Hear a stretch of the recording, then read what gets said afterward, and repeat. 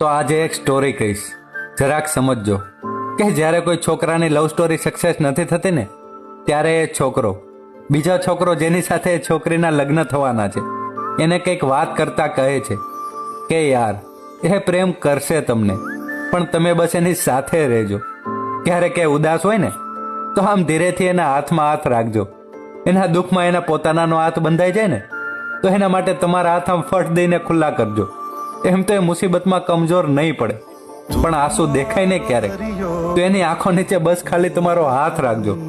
એ આમ તો એકલી મહેસૂસ નહીં કરે ક્યારેય અને બેફામ નીડર થઈને ફરશે. બસ એના હાથમાં તમારો હાથ રાખજો અને હંમેશા કહેતી કે મંડપમાં હું પિંક પહેરીશ અને તું ક્રીમ વ્હાઈટ પહેરજે.